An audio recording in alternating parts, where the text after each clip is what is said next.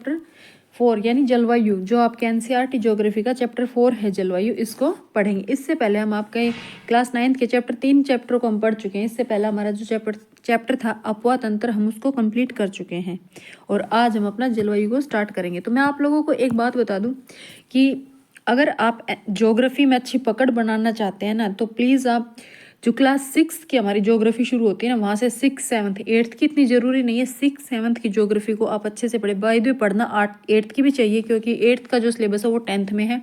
उसी को बड़े तरीके से यानी कि बढ़ा के अच्छे से डीपली पढ़ाया गया है 10th में, जो 8th में हमारी ज्योग्राफी है। पर 6, 7th की ज्योग्राफी आपका बेस बनाएगी। तो इसलिए अब जैसे आज हम इस चैप्टर को पढ़ेंगे जलवायु को, तो इसमें बहुत सी ऐसी टर्म्स आएंगी जिनको समझने के लिए हमें बैक में हमारे वापस वहीं 6, 7th वाली ज्योग्राफी के काफ़ी ऐसे चैप्टर है जिनको पढ़ना पड़ेगा। तो इसलिए मैं आपसे ये कहना चाहूँगी कि आप प्लीज़ 6 और 7th की ज्योग्राफी को भी पढ़िए। ज़्यादा टफ नहीं है, कुछ गिनती के 5-6 चैप्टर है उसमें, और काफ़ी अच्छे से बिल्कुल बेसिक से उसमें समझाया गया है, जिससे आपको बहुत ही आसानी होगी। अगर आप मेरे चैनल पर जाकर पढ़ना चाहते हैं तो वहाँ पढ़िए, अदरवाइज आप अपनी बुक से पढ़िए, कहीं भी पढ़िए, ठीक है ना। पर उनको ज़रूर पढ़िएगा अगर आपको ज्योग्राफी में आपकी पकड़ अच्छी नहीं है तो। अगर ज्योग्राफी में पहले से आपको काफ़ी कुछ आता है तो आप सीधा भाई 9th की ज्योग्राफी को पढ़ सकते हैं, वरना बेस बनाने के लिए आपको 6th और 7th की ज्योग्राफी जरूर पढ़नी चाहिए। तो चलिए भाई हमारे आज के चैप्टर को शुरू करते हैं, जो है आपका जलवायु, क्लाइमेट। तो चलिए भाई, पिछले 2 अध्याय में देखिए, मैं आपको पढ़ाऊंगी तो मैं एक एक लाइन को ही पढ़ा के चलती हूँ, ताकि क्योंकि जो हमारा सिलेबस है ना, या जो DSSS भी है या KVS है या NVS है, जो भी ये टीचिंग एग्जाम्स लेती हैं ये संस्थाएं, तो ये क्या करती हैं, ये NCERT की लाइनों से ही, डायरेक्टली लाइनों से ही क्वेश्चन को उठा लेती हैं, ठीक है ना। और जहाँ से हमें लगता भी नहीं है कि यहाँ से क्वेश्चन आएगा, वहीं से क्वेश्चन को उठाती हैं। तो इसलिए एक एक लाइन को थोड़ा ध्यान से पढ़िएगा। ऐसा नहीं कि बस हाँ जलवायु का मतलब समझ आ गया, नहीं, पता नहीं कहाँ से क्या क्वेश्चन बन के आ जाए। तो चलो भाई टाइम वेस्ट ना करें, क्लास को शुरू करते हैं। पिछले 2 अध्याय में आप हमारे देश की स्थलाकृति और अपवा तंत्र के बारे में पढ़ चुके हैं भाई, जैसे हमने पढ़ा है पीछे के हमारे चैप्टर्स में भारत के भौतिक स्वरूप को और अपवा तंत्र को।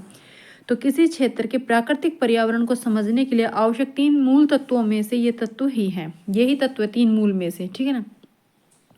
इस अध्याय में आप तीसरे तत्व को पढ़ेंगे भाई। पहला है आपका भौतिक आकार, यानी कि आप जहाँ रह रहे हैं या जिस भी एरिया की आप मतलब कि प्राकृतिक पर्यावरण को समझना चाहते हैं, तो उसका भौतिक आकार कैसा है वो आपने समझ लिया। फिर वहाँ का अपवा तंत्र कैसा है, यानी कि वहाँ की नदियाँ या पानी का सोर्सेज वहाँ कहाँ से आ रहा है, वो सब पढ़ लिया आपने। अब आपको उसका और जो उसका थर्ड मेन तत्व है वो क्या हो जाता है आपका जलवायु, ठीक है ना। अर्थात हमारे देश की वायुमंडलीय अवस्था के बारे में भी पढ़ेंगे। जलवायु के अंदर वायु भाई, जलवायु, जल यानी पानी और वायु, जल वायु, वहाँ का वायुमंडल की जो अवस्था, वो सब चीज़ें इसके अंदर आ जाती हैं। तो चलो भाई शुरू करते हैं हम।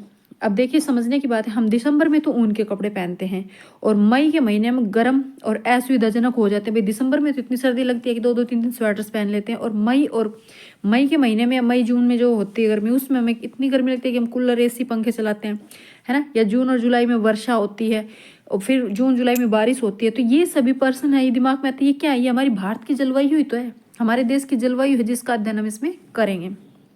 हमारे इस चैप्टर में इसी चीज़ को समझाया जाएगा कि क्यों इतनी सर्दी होती है, क्यों इतनी गर्मी होती है, या भारत में जो जलवायु वो कैसी है, ये सब चीज़ें, ठीक है। एक हम जलवायु और मौसम, ये 2 टर्म्स को भी बहुत पढ़ते हैं, एक तो जलवायु और एक आ जाता है आपका मौसम, ठीक है ना। जलवायु और मौसम, तो ये जलवायु और मौसम दोनों ही अलग अलग चीज़ें हैं। ऐसा नहीं हम कभी जलवायु बोल देते हैं, कभी मौसम बोल देते हैं, हमने आज तक कभी इतना ध्यान भी नहीं दिया होगा। पर जो जलवायु है वो और मौसम दोनों एक टर्म नहीं है, दोनों अलग अलग हैं, ठीक है ना। तो इसमें हम जलवायु को भी समझेंगे और मौसम, दोनों चीज़ों को समझेंगे। तो चले भाई, इसीलिए तो कह रही हूँ कि एक एक लाइन में, आज तक जलवायु मौसम के बारे में इतनी नॉलेज नहीं थी, पर इसमें एक एक लाइन के अंदर ये अच्छे से समझाया गया है इस चैप्टर में। तो देखिए हम ध्यान से पढ़ते हैं।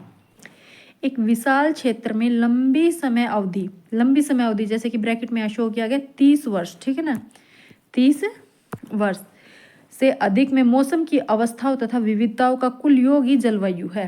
अब इसी लाइन को अच्छे से समझिए, आपको यही समझ में आ जाएगा कि मौसम की अवस्थाओं और विविधताओं का कुल योग, जो मौसम है उसकी अवस्थाओं और विविधताओं का कुल योग, यानी कि कई मौसम बदलते हैं जब जाकर हमारी जलवायु बनती है।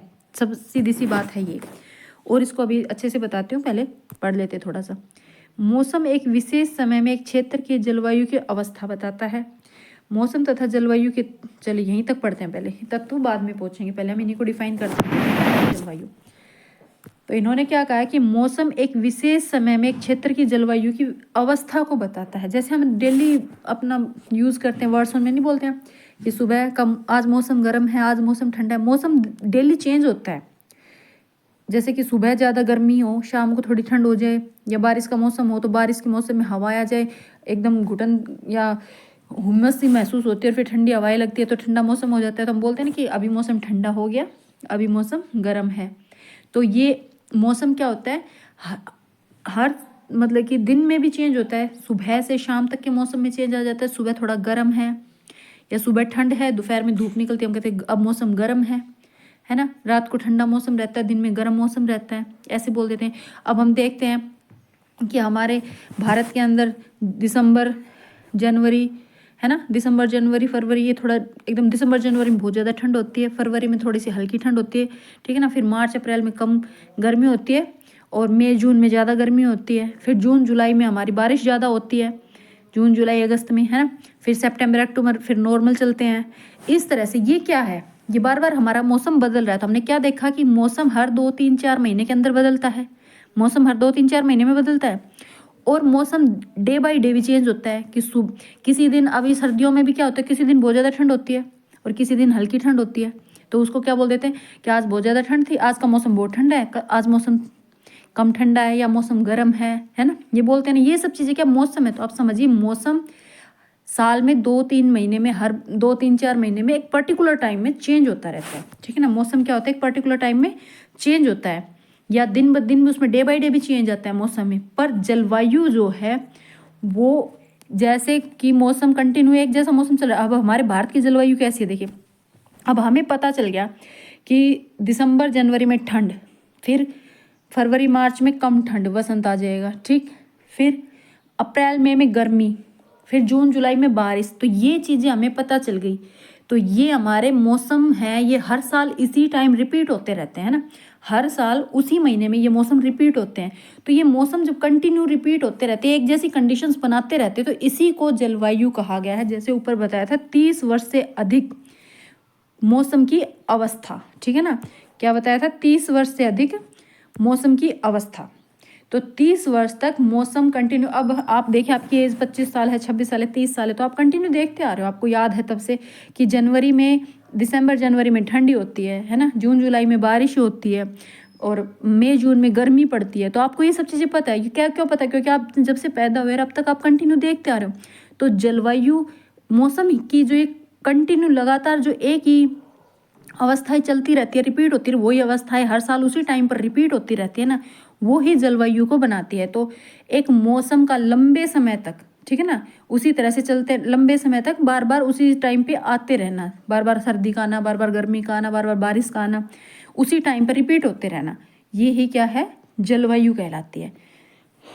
तो किसी विशाल क्षेत्र में, देखिए इसी बात को देखिए, एक विशाल क्षेत्र में लंबे समय अवधि, और वो लंबी समय अवधि कितनी होनी चाहिए, 30 वर्ष। क्वेश्चन आ सकता है भाई पेपर के अंदर कि जलवायु को, जैसे कि किसी स्थान की जलवायु को डिफाइन करते हैं, या किसी स्थान की जलवायु में जो लंबे समय अवधि किसी मौसम की अवस्थाओं की विविधता होती है, वो कितने टाइम तक की होती है, तो 30 वर्ष तक।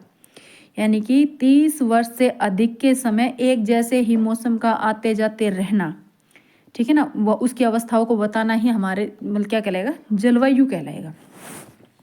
तो इसी को समझिए, एक विशाल क्षेत्र में लंबी समय अवधि 30 वर्ष से अधिक, यानी कि वो लंबी समय अवधि कितनी हो सकती है, 30 वर्ष से ज़्यादा हो सकती है, 30 वर्ष या उससे ज़्यादा हो, में मौसम की अवस्थाओं तथा विविधताओं का कुल योग ही जलवायु है। मौसम साल में कई बार बदलता है। मौसम दिन डे बाय डे, यानी कि सुबह से शाम तक भी बदलता रहता है, और वो मौसम उसी अवस्था में बार बार रिपीट होता रहता है उसी टाइम पर। तो उसी को क्या कहा जाता है, आगे चल के जलवायु कहा जाता है। आप है ना, डेफिनेशंस की बजाय इसके जो अंदर इसका मीनिंग निकल रहा है ना, उसको समझिए, मीनिंग समझने, क्योंकि आपके माइंड में ही समझ में आ जाना चाहिए। जलवायु भाई बार बार, भाई 4-5, एक साल के अंदर 3-4 मौसम आ रहे हैं, और वो मौसम हर साल उसी टाइम पर आ रहे हैं। ऐसे करते करते एक लंबा टाइम हो चुका है, लगभग 30 साल या 30 साल से ज़्यादा, तो वो वहाँ की जलवायु बन जाती है। अब एक बात मान के चलिए, आज हमारा मौसम चेंज हो जाए, मतलब कि क्या चेंज हो, मई और जून में आपकी सर्दी हो जाए, है ना, मई जून में क्या हो जाए, सर्दी, और दिसंबर और जनवरी में आपका क्या हो जाए, गर्मी। और ऐसा एक साल हो तो कोई फर्क नहीं पड़ने वाला भाई, ऐसा ही फिर हर साल ऐसे ही होता चला जाए, ऐसे ही होता चला जाए, तो वो फिर यहाँ का मौसम हो जाएगा कम से कम 30 साल, एक लंबे टाइम पीरियड तक मई जून में सर्दी और दिसंबर जनवरी में गर्मी होने लग जाए, एक लंबे टाइम पीरियड तक गर्मी सर्दी का टाइम चेंज हो जाए, तो फिर वो यहाँ का मौसम बन जाएगा। ठीक है ना, जैसे अब बना हुआ है कि आपका दिसंबर और जनवरी में क्या होती है, सर्दी, और मई जून में क्या होती है, गर्मी। तो लगातार हर साल यही टाइम पे इस मौसम का रिपीट होता रहता है ना, तो वो हमारे यहाँ की जलवायु बन गई है। उम्मीद करती हूँ आपको जलवायु और मौसम का डिफरेंस समझ आ गया होगा। तो ये ध्यान रखिएगा, एक विशाल क्षेत्र में लंबे समय अवधि, एक लंबे टाइम तक मौसम की अवस्थाओं तथा विविधताओं का कुल योग ही, कुल योग मतलब कि उसी तरह से वो बार बार आती रहती है, उनका टोटल जो बनता है वही हमारी जलवायु है। ठीक है, चलिए भैया अब आगे चलते हैं। मौसम एक विशेष समय में, एक मिनट, हाँ जी, मौसम एक विशेष समय में एक क्षेत्र की जलवायु की अवस्था को बताता है। मौसम तो एक विशेष समय, विशेष समय आ गया ना भाई, कुछ टाइम के लिए 2-4 महीने के टाइम में क्या करता है, एक क्षेत्र के वायुमंडल की अवस्था को बताता है। मौसम तथा जलवायु के तत्व, ठीक है ना, और फिर समझिए, मौसम तो एक विशेष समय में एक क्षेत्र की जलवायु की अवस्था को बता देगा मौसम तो, और मौसम भाई फिर मौसम का एक लंबे समय अवधि तक मौसम की उन्हीं अवस्थाओं और विविधताओं का कुल योग क्या बन जाएगी, आपकी जलवायु बन जाएगी। अब ये देखिए कि मौसम तथा जलवायु के तत्व, अब मौसम बदलता है और हमारी जलवायु कैसे बनती है, या मौसम कैसे चेंज होता है, या मौसम सर्दी क्यों होती है, या गर्मी क्यों होती है, ठीक है ना, या बारिश क्यों होती है, और फिर वो हमारी जलवायु बन गया भाई मौसम। तो वो चीज़ें किन तत्वों से निर्धारित होती है, उनको कौन कौन सी चीज़ें इफेक्ट डालती है, प्रभाव डालती है, वो सब चीज़ें हम इसमें पढ़ेंगे। तापमान, वायु, एक तो तापमान, वेदर कैसा होगा ये भाई, सॉरी वेदर नहीं, तापमान यानी टेम्परेचर। तापमान भाई तापमान पे डिपेंड करेगा, अगर सर्दी हो रही है तो ज़्यादा तापमान है तो गर्मी होगी, तापमान कम होगा तो सर्दी होगी, मौसम चेंज होगा। वायुमंडलीय दाब, वायुमंडलीय दाब किसको बोला गया है यहाँ, वायुमंडलीय दाब है हवाओं का दबाव, प्रेशर जो बनता है वो। आर्द्रता, ठीक है ना, वर्षण, बारिश, ह्यूमिडिटी है या नम मौसम, ये सब चीज़ें क्या हैं, ये सब चीज़ें ही जलवायु और मौसम को भाई वहाँ के जलवायु और मौसम पर प्रभाव डालती हैं और उसको निर्धारित करती है कि मौसम गर्म होगा, ठंडा होगा, बारिश होगी या हुमस भरा होगा, ये सब चीज़ें। ठीक है ना, आपने अवश्य ध्यान दिया होगा कि मौसम की अवस्थाएं प्राय एक दिन में कई बार बदलती हैं। भाई आप देखते हैं मौसम कई बार बदलता है, दिन में भी ऐसा हो जाता है, कभी बहुत सुबह अच्छी खासी धूप है, शाम को अच्छी खासी ठंड शीत लहर आ जाती है, तो वो हवाओं का दबाव हो गया ना, हवाओं ने इफेक्ट डाल दिया। तो इस तरह से मौसम बदलता है एक दिन में भी, लेकिन फिर भी कुछ सप्ताह, महीनों तथा वायुमंडलीय अवस्था लगभग एक समान बनी रहती है। जैसे दिन में गर्म या ठंडे, जैसे दिन गर्म या ठंडे, हवादार या शांत, आसमान बादलों से घिरा या साफ बादल। जैसे हमने देखा भाई गर्म, या तो दिन कंटिन्यू गर्म रहते हैं, गर्मियों में जैसे गर्मी होती है, गर्मियों के मौसम में दिन गर्म रहते हैं, सर्दियों के मौसम में दिन भी ठंडे और रातें भी ठंडी होती हैं। मौसम हवादार होता है, ज़्यादा हवा चलती है, हवा चलती नहीं, शांत होता है, आसमान में बादल होते हैं, यह एकदम साफ होता है, ठीक है ना, आर्द्र यानी नमी होती है, शुष्क होता है। ये सब चीज़ें क्या है ये मौसम ही तो है। तो महीनों के औसत वायुमंडलीय अवस्था के आधार पर ही वर्ष को ग्रीष्म, शीत या वर्षा ऋतुओं में विभाजित किया जाता है। अब हमने फिर ये देख लिया कि हाँ इतने महीनों के औसत निकाल ली कि भाई ये 4 या 3 महीने हैं, गर्मी, हल्की हल्की सर्दी शुरू हो गई, फिर ज़्यादा सर्दी, फिर कम सर्दी, फिर गर्मी शुरू हो गई, फिर ज़्यादा गर्मी, फिर कम गर्मी, फिर बारिश शुरू हो गई, फिर सर्दी शुरू हो गई, है ना। तो इस तरह से हमने क्या निकाल लिया, पूरे टाइम का देख लिया उस वहाँ की जलवायु को, और फिर उसको ऋतुओं में विभाजित कर दिया। जैसे मैंने आपको बताया कि रिपीट होता रहता है ना बार बार, तो उसको एक मौसम का नाम दे दिया, भाई गर्मी हो रही है तो गर्म मौसम, ठंडी हो रही है तो सर्द मौसम, है ना, इस तरह से। और फिर उसको ऋतुओं में गर्मी, सर्दी और बारिश यानी वर्षा ऋतु में उसको विभाजित कर दिया। जो बात मैं पहले आपको बता चुकी हूँ वही बात इसमें बताई गई है। अब देखिए, विश्व को अनेक जलवायु प्रदेशों में बांटा गया है। क्या आप जानते हैं कि भारत की जलवायु कैसी है? अब पूरा विश्व है, ऐसा तो नहीं है जो इंडिया में जिस टाइम गर्मी होती है दूसरे देशों में भी उसी टाइम गर्मी होगी या सर्दी होगी, वो अलग है। क्योंकि वो किस पर डिपेंड करता है, हमारी जो अर्थ घूम रही है उसके ऊपर डिपेंड करता है, कब वो सूरज से दूर होती है, कौन सा पार्ट सूरज की किरणों के सामने होता है, कौन सा भी उसके साइड में होता है, उन सब चीज़ों से होता है ना। तो आपने देखा होगा विश्व को अनेक जलवायु प्रदेशों में बांटा गया है। क्या आप जानते हैं कि भारत की जलवायु कैसी है तथा ऐसा क्यों है? इस संबंध में हम इस अध्याय में तो इन सब चीज़ों के बारे में हम इस चैप्टर में पढ़ेंगे। तो चलिए भाई शुरू करते हैं। अब एक डू यू नो का फैक्ट दिया हुआ, इसको पढ़ लेते हैं। क्वेश्चंस यहाँ से भी आ सकते हैं भाई। मानसून शब्द की व्युत्पत्ति अरबी शब्द मौसम से हुई है। तो भाई ध्यान रखिएगा, जो मानसून शब्द है वो अरबी शब्द मौसम से उसकी उत्पत्ति हुई है, जिसका शाब्दिक अर्थ क्या है? मौसम। मौसम से हुई है, अरबी शब्द है जिसका अर्थ जो मीनिंग है वो मौसम है, और किसकी? मॉनसून की। ठीक है ना। मानसून का अर्थ एक वर्ष के दौरान वायु की दिशा में ऋतु के अनुसार परिवर्तन है। ठीक है, चलिए भाई आगे चलते हैं। यहाँ देखिए, भारत की जलवायु को मानसूनी जलवायु कहा जाता है। सबसे पहले क्वेश्चन ये बन जाता है अगर क्वेश्चन पेपर में आ जाता है कि भारत की जलवायु कैसी है, तो भारत की जलवायु मानसूनी है। तो भारत की जलवायु को मानसूनी जलवायु कहा जाता है। एशिया में इस प्रकार की जलवायु, अब पूरे एशिया की बात हो रही है, भारत की नहीं, ये ध्यान रखिएगा। एशिया में इस प्रकार की जलवायु दक्षिण तथा दक्षिण पूर्व में पाई जाती है। 1 मिनट में मैप पे ले चलती हूँ, फिर वहाँ बताती हूँ। जब एशिया की बात हो रही है तो हम मैप पे चलते हैं। था तो सही मैप, इसमें कहाँ गया? हाँ जी, नहीं,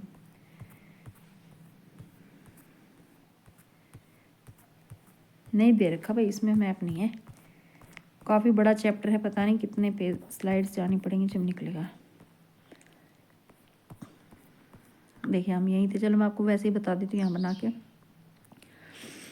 देखिए, जलवायु मुख्य एशिया में इस प्रकार की जलवायु मुख्यतः दक्षिण तथा दक्षिण पूर्व एशिया में पाई जाती है। अब ये देखिए, ये हमारा इंडिया है, ठीक है ना, और ये बाकी जो एशिया का बाकी पार्ट है वो लगा लीजिए ऊपर की तरफ। ठीक है, तो अब ये बोल रहे हैं कि यहाँ था कि दक्षिण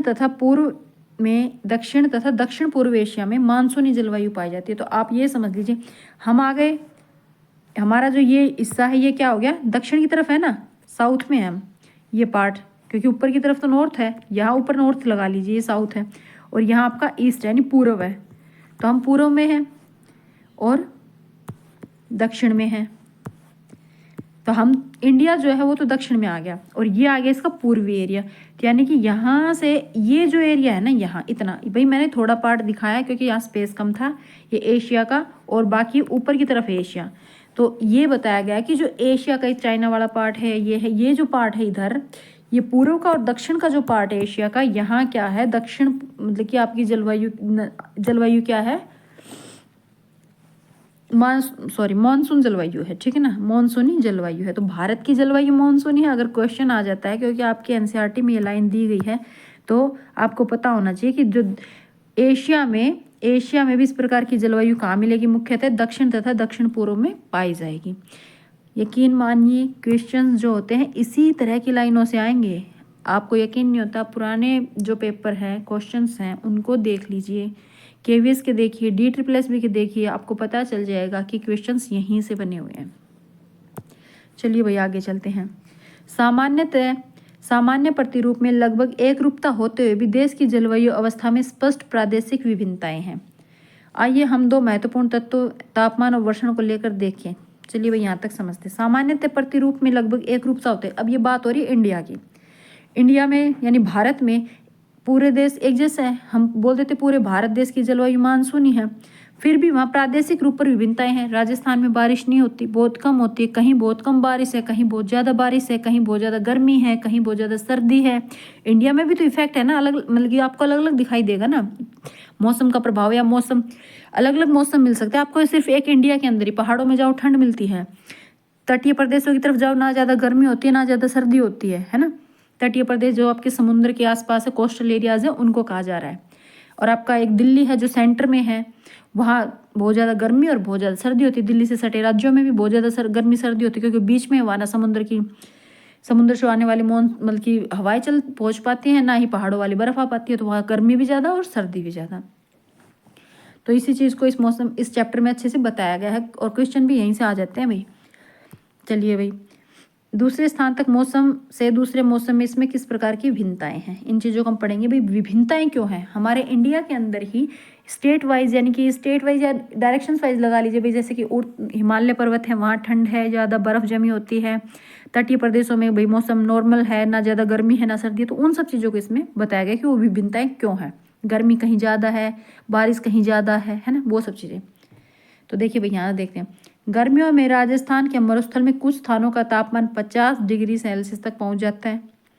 आपको पता ही है राजस्थान में मरुस्थल है, जहाँ थार का मरुस्थल अपना जो, जबकि जम्मू कश्मीर के पहलगाम में तापमान लगभग 20 डिग्री ही रहता है। गर्मियों में जब राजस्थान में 50 डिग्री और जम्मू कश्मीर के जो पहलगाम का एरिया बताया है वहाँ तापमान 20 डिग्री। अब ये डिफरेंस कहाँ है, ये अपने इंडिया के अंदर ही है, देख लो ये डिफरेंस, ठीक है। सर्दी की रात में जम्मू कश्मीर के द्रास का तापमान, अब जो जम्मू कश्मीर में जो द्रास एरिया है वहाँ का तापमान -45 डिग्री हो जाता है।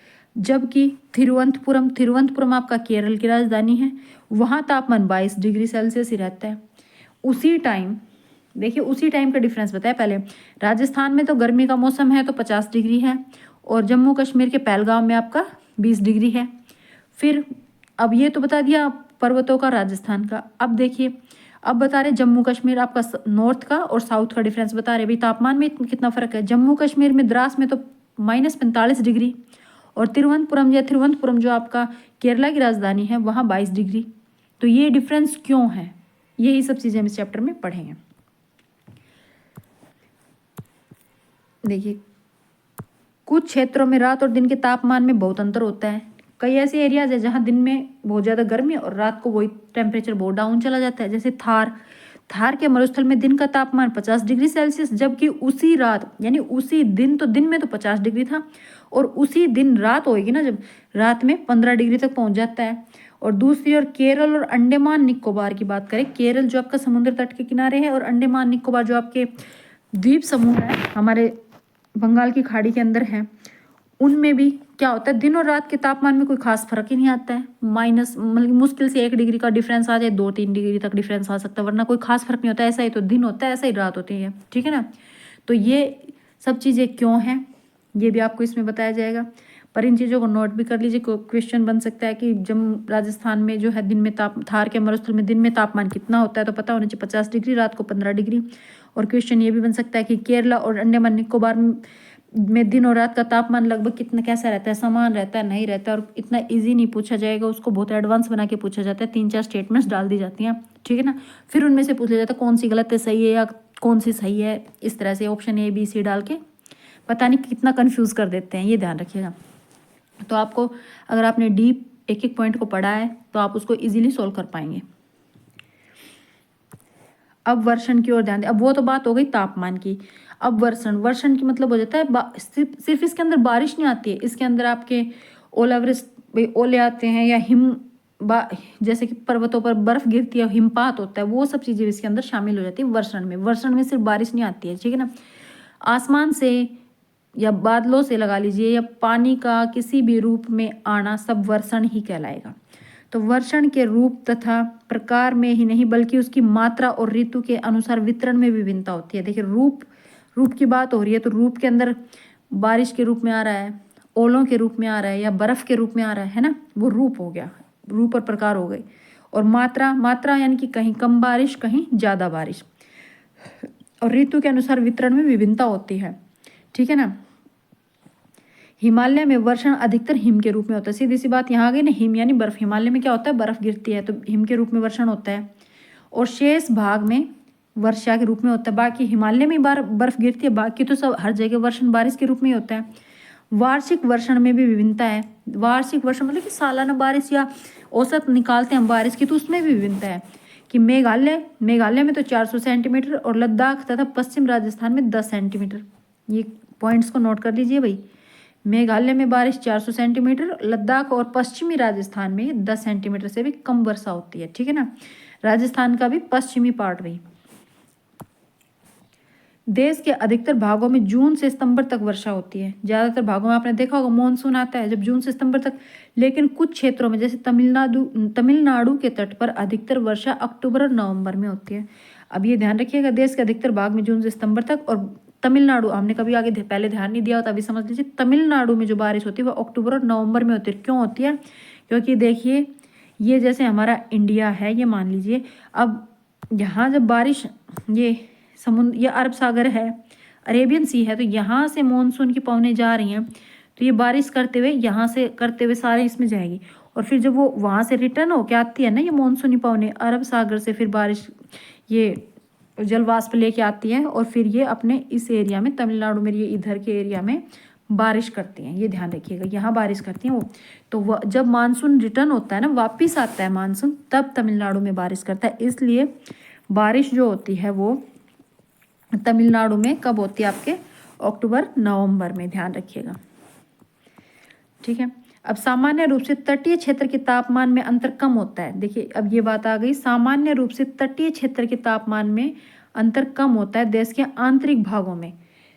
तटीय क्षेत्र और देश के आंतरिक भाग। तटीय क्षेत्र वो जो समुद्र के तटों पर, समुद्र के किनारे हैं, उनको तटीय क्षेत्र कहा गया है, तो वहाँ तापमान में अंतर कम होता है। देश के आंतरिक भागों में मौसमी या ऋतुनिष्ठ अंतर अधिक होता है, ठीक है ना। अब ये क्यों होता है ये भी समझा देते हैं भाई आपको। देखिए ये हमारा इंडिया है भाई, इधर भाई मैं ऐसे ड्रॉ कर पा रही हूँ तो समझिएगा। ये हमारे कोस्टल एरिया पर लगी हुई कंट्रीज़ हैं, मान लीजिए, ठीक है, ये समुद्र के किनारे। और ये आपका सेंटर में यहाँ दिल्ली है।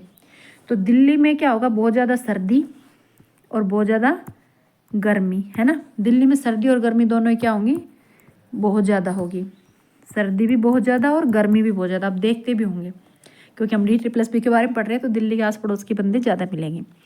और जो हमारी तटीय प्रदेश है, जैसे कि आपका जब महाराष्ट्र है, केरला है, तमिलनाडु है ना, कर्नाटका है, ये जो एरिया है, जितने भी तटीय प्रदेश वाले एरिया से, यहाँ पर आपको अंतर कम मिलता है। क्यों? क्योंकि यहाँ जो है समुद्र के किनारे जो हवाएं बहती हैं, उनसे इस पर इफेक्ट पड़ता है। समुद्र से जो हवाएं आती हैं वो इसको कंटिन्यूस बनाए रखती है, ज़्यादा फर्क नहीं आता इधर, ठीक है ना। इसलिए क्योंकि यहाँ जब सी ब्रीज आएंगी तो यहाँ जो ज़्यादा गर्मी होती है उसको कम कर देती है, और जब लैंड ब्रीज होती है वो इधर जाएंगी तो वो इधर वाली पार्ट को गर्म कर देती है। इस तरह से यहाँ हवाओं का रोटेशन चलता रहता है। तो इसलिए, ठीक है ना, समुद्र के किनारे होने से वहाँ की जलवायु पर समुद्र के पानी से बहुत इफेक्ट पड़ता है, ठीक है ना। इनको आगे हम और डिटेल में पढ़ेंगे। जैसे कि आप एक बात समझिए, चलो मैं आपको अभी बता देती हूँ कि समुद्र के, ये समुद्र है हमारा, महासागर वाला समुद्री एरिया है। तो यहाँ क्या होता है, जब सूरज की रोशनी आती है ना, सूरज की रोशनी आती है, यहाँ भी आती है और यहाँ भी आती है, तो जो हमारी मिट्टी है या लैंड है, जो सोइल है, वो क्या होती है, बहुत जल्दी गर्म हो जाती है और उतनी ही जल्दी वो ठंडी भी हो जाती है। तो जब सूर्य की रोशनी आती है तो वो बहुत जल्दी गर्म होगी, दिन में जल्दी गर्म हो जाएगी और रात को जल्दी ठंडी हो जाएगी। पर पानी क्या है, पानी क्या होता है, ना तो बहुत जल्दी गर्म होता है और ना ही बहुत जल्दी ठंडा होता है। ये इन दोनों की विशेषताएं हैं, प्रॉपर्टीज़ हैं। पानी की विशेषता, ना जल्दी गर्म होगा ना जल्दी ठंडा होगा। और जो हमारी ज़मीन है, ज़मीनी एरिया, उसकी विशेषता ये है कि जल्दी गर्म, ठीक है ना, जल्दी गर्म और जल्दी ही ठंडा। ये जल्दी ना तो गर्म, और ये अपोजिट हो जाता है समुद्र वाला एरिया, ना जल्दी गर्म ना जल्दी ठंडा। तो इससे क्या होता है, जब यहाँ हवाएं चलती है, जब यहाँ गर्मी हो जाती है ना, हमारे अर्थ के ज़मीनी एरिया पर जब गर्मी हो जाएगी तो समुद्र से, अब एक बात और आपको बताऊँ, समुद्र से फिर जो हवाएं हैं वो इधर आएंगी। क्यों? क्योंकि यहाँ लो प्रेशर रहेगा, ज़मीन पर लो प्रेशर रहेगा, क्योंकि जब हवाएं गर्म होती हैं तो प्रेशर लो हो जाता है हवा का, हवा ऊपर उड़ जाती है हल्की होके। जब ज़मीन गर्म होती है, जो भी एरिया गर्म हो जाता है ना, जहाँ गर्मी ज़्यादा होती है, वहाँ हवाएं हल्की होकर ऊपर उठ जाती हैं और लो प्रेशर बनाती हैं। और जहाँ ठंडा होगी ना, ठंड या तापमान कम होगा वहाँ, यानी इस एरिया में जहाँ तापमान क्या है, कम है, तो यहाँ क्या होगा, हवाएं प्रेशर बनाएंगी, नीचे की तरफ आएंगी, ठीक है ना, प्रेशर बनाएंगी और दबाव नीचे की तरफ रहेगा। और जब हवा यहाँ नीचे आएंगी ज़्यादा समुद्र एरिया पर, फिर यहाँ आके कहाँ जाएंगी भाई, यहाँ आने के बाद वो लो प्रेशर की तरफ चलेंगी। तो ये ध्यान रखिएगा, हवाएं हमेशा हाई प्रेशर से लो प्रेशर चलेंगी। एक मिनट भाई, ज़्यादा घसड़ पचड़ होगी, रब कर देती हूँ। पहले सिंपल सी बात आपको समझाती हूँ। ये एरिया है, ये क्या है, आपका पानी है और ये आपकी ज़मीन है। जब सूरज की रोशनी गिरती है यहाँ, तो क्या होता है, यहाँ हवाएं हल्की होकर ऊपर उठना शुरू हो जाती हैं, हवा ऊपर जा रही है यहाँ, ठीक है ना। अब ऊपर जाकर वो क्या करेगी, और यहाँ क्या होता है, यहाँ सूरज की रोशनी पानी पर कम इफेक्ट डालती है, तो यहाँ हवाएं क्या होती है अभी नीचे की तरफ ही आएंगी, क्योंकि यहाँ क्या है, प्रेशर कम है, यहाँ ठंड है, सॉरी प्रेशर ज़्यादा है, यहाँ प्रेशर कम हो जाएगा, ये हो जाएगा आपका लो प्रेशर और ये हो जाएगा आपका हाई प्रेशर, यानी उच्च दाब निम्न दाब। हाई प्रेशर का मतलब होता है हवाएं नीचे दबाव बनाएंगी, और दबाव कहाँ बनाएंगी, जहाँ एरिया ठंडा होगा। और लो प्रेशर कम दाब कहाँ बनेगा, जहाँ गर्मी होगी और जहाँ एरिया गर्म होता जाएगा, हवाएं हल्की होकर ऊपर उठती चली जाएंगी। अब ऐसा भी नहीं है कि हवाएं ऊपर उठ के कहीं और चली जाएं, तो हवाएं ऊपर उठ के इधर आएंगी, किधर, हाई प्रेशर की तरफ, और हाई प्रेशर से किधर जाएंगी, लो प्रेशर की तरफ। तो ये ध्यान रखिएगा, जब प्रेशर हाई है यहाँ यहाँ जब हवाएं आ रही हैं तो वो हवाएं प्रेशर बना बना के ऐसा तो नहीं पानी के अंदर घुस जाएंगी, फिर वो यहाँ जब यहाँ उनको जगह खाली मिलेगी, क्योंकि यहाँ की हवा हल्की होकर ऊपर उठ गई है, और ऊपर उठ गई तो यहाँ क्या स्पेस बन गया ना, खाली है, ये जगह क्या है, खाली है, खाली। तो वो हवाएं इधर घूम जाएंगी, अब इधर कहाँ, लो प्रेशर की तरफ, वो हवाएं लो प्रेशर की तरफ चलेंगी। अब जब ये हवाएं लो प्रेशर की तरफ आएंगी तो फिर यहाँ स्पेस बनता जाएगा, यहाँ स्पेस बनेगा तो ये हवाएं फिर इधर ऊपर ठंडी होती चली जाएंगी और फिर इधर आती चली जाएंगी। इस तरह से रोटेशन होता रहता है। आई होप आपको समझ आ गया होगा। तो ये समझिएगा कि जो हवाएं हैं वो हमेशा हाई प्रेशर से लो प्रेशर की तरफ चलती है, और हम पढ़ रहे थे इंडिया के कंस्टेंट्स।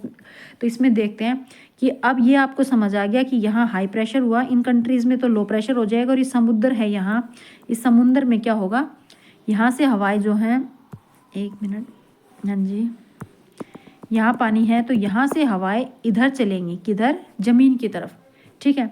कब चलेंगी, जब शाम हो, दिन के टाइम में। यहाँ ठंड है, यहाँ गर्मी है, और यहाँ ठंड है।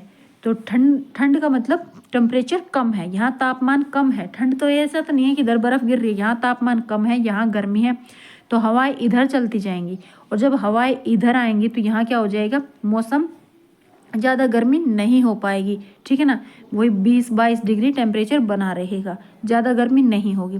फिर अब रात को क्या हुआ, अब जब रात होगी, जब चांद निकल जाता है, ये समझ लिए चांद निकल गया, तो जब चांद निकलता है तो क्या होता है कि इन एरियाज़ में अब उल्टा हो जाएगा। अब पानी क्या हो जाता है, गर्म, क्योंकि पानी पूरे दिन हीट को ऑब्जॉर्व करता रहा ना, तो पानी हो गया गर्म।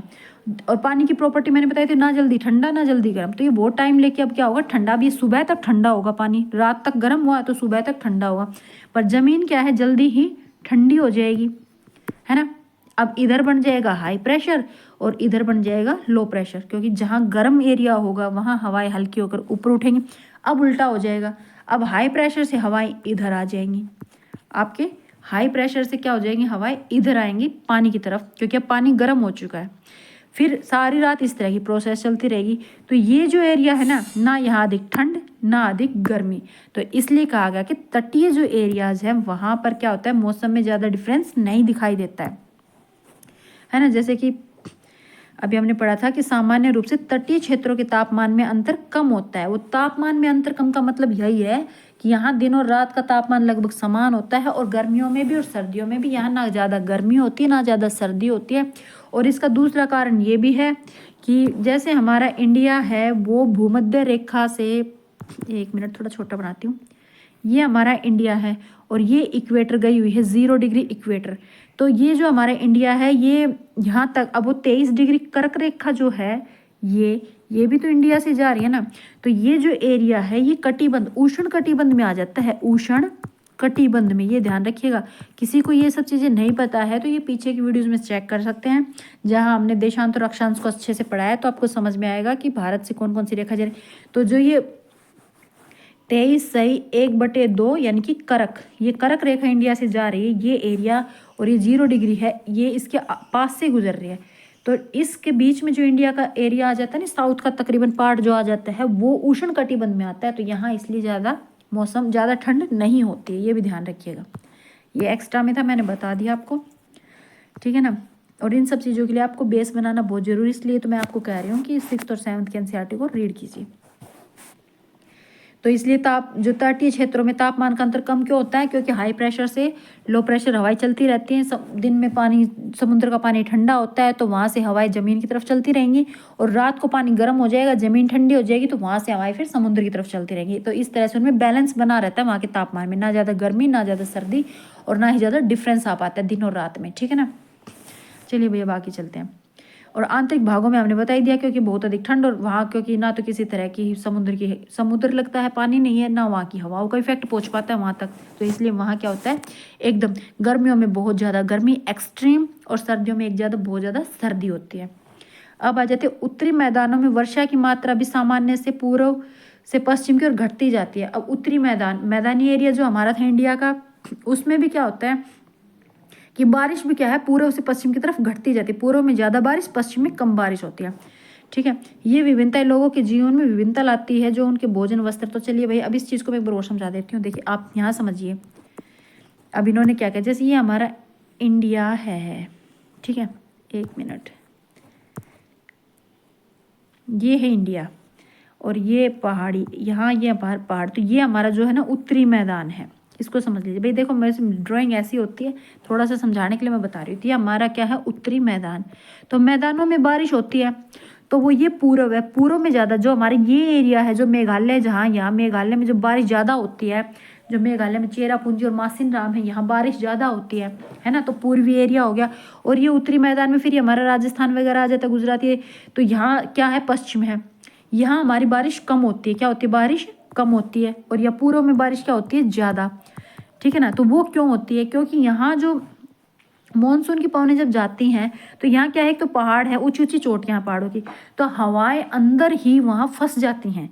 और ऊपर भाई मॉनसून पवनें जा रही हैं, वो क्या करती है, मॉइस्चर लेके जा रही हैं, जलवाष्प है, वजन होता है, ज़्यादा ऊंची उठ नहीं सकती, और उन पहाड़ों से टकरा कर क्या कर देती है, वहीं सारी बारिश कर देती है।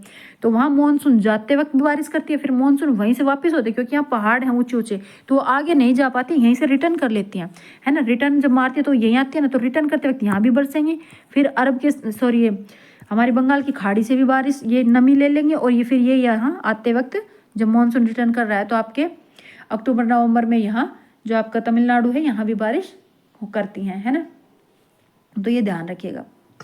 तो इसलिए पूर्व में बारिश ज़्यादा और पश्चिम में बारिश कम, फिर यहाँ तक पहुँच ही नहीं पाती हैं हवाएं, इतना खास बारिश कर ही नहीं पाती, क्योंकि वो सारा मॉइस्चर तो वहीं निकाल अपना बारिश, मतलब कि जितना पानी लेके जाती है वो वहीं मेघालय में या उधर पूर्व के एरिया में ज़्यादा बारिश होती है, ये ध्यान रखिएगा। तो आपको पता चल गया होगा कि पूर्व से पश्चिम की ओर बारिश घट जाती है। तो क्वेश्चन किसी तरह से भी आ सकता है, बस आपको समझ लेना है, हर चीज़ को समझ लोगे तो कैसे ही घुमा फिरा दे आपको पता होगा। जब बारिश पूर्व से पश्चिम की तरफ कम होती है, अगर मेघालय आ जाता है, या और त्रिपुरा, मणिपुर, मिजोरम, असम, अरुणाचल प्रदेश, कुछ भी आ जाता है, या पश्चिम ये गुजरात और राजस्थान बता देते हैं, तो आपको पता होता है कि कहाँ बारिश ज़्यादा और कहाँ कम है, ये ध्यान रखिएगा। अब ये एक बात और, ये क्या कह रहे हैं कि विभिन्नता लोगों के जीवन में विविधता लाती है, और ये ही विभिन्नता। अब जहाँ गर्मी है वहाँ का खान पान भी ऐसा होगा भाई कि शरीर में टेम्परेचर को हम सही बनाए रखें, तो वहाँ थोड़ी ठंडी चीज़ें खाई जाएंगी, पतले कपड़े पहने जाएंगे या मोटे कपड़े पहने जाएंगे। जहाँ सर्दी है वहाँ अलग तरह का खान पान, अलग तरह के घर, अलग तरह के कपड़े, ये सब चीज़ों की विविधता फिर हमारे इंडिया के अंदर देखने को मिलती है। ठीक है, अब आगे चलते हैं। हाँ, लोग विषम मौसमी अवस्थाओं को महसूस करते हैं। इसे महाद्वीपीय अवस्था, गर्मी में बहुत अधिक गर्मी और सर्दी में बहुत अधिक ठंड होती है। ये हमने देख लिया क्यों होती है भाई, कहाँ ठंड ज़्यादा होती है, कहाँ ज़्यादा गर्मी होती है। अब पहाड़ी एरिया है, एक बात और समझिए, जैसे हिमालय पर्वत पर ऊंची ऊंची चोटियाँ हैं। अब हम ऊंची ऊंची चोटियों पर जाएंगे तो क्या होगा, तापमान कम हो जाएगा, क्योंकि हम जितना ऊपर जाते हैं वह उतना ही तापमान डाउन होता है, कम होता है। तो ऊपर क्या होता है, हमेशा बर्फ़ गिरती है। ठीक है ना। चलो भाई आगे चलते हैं।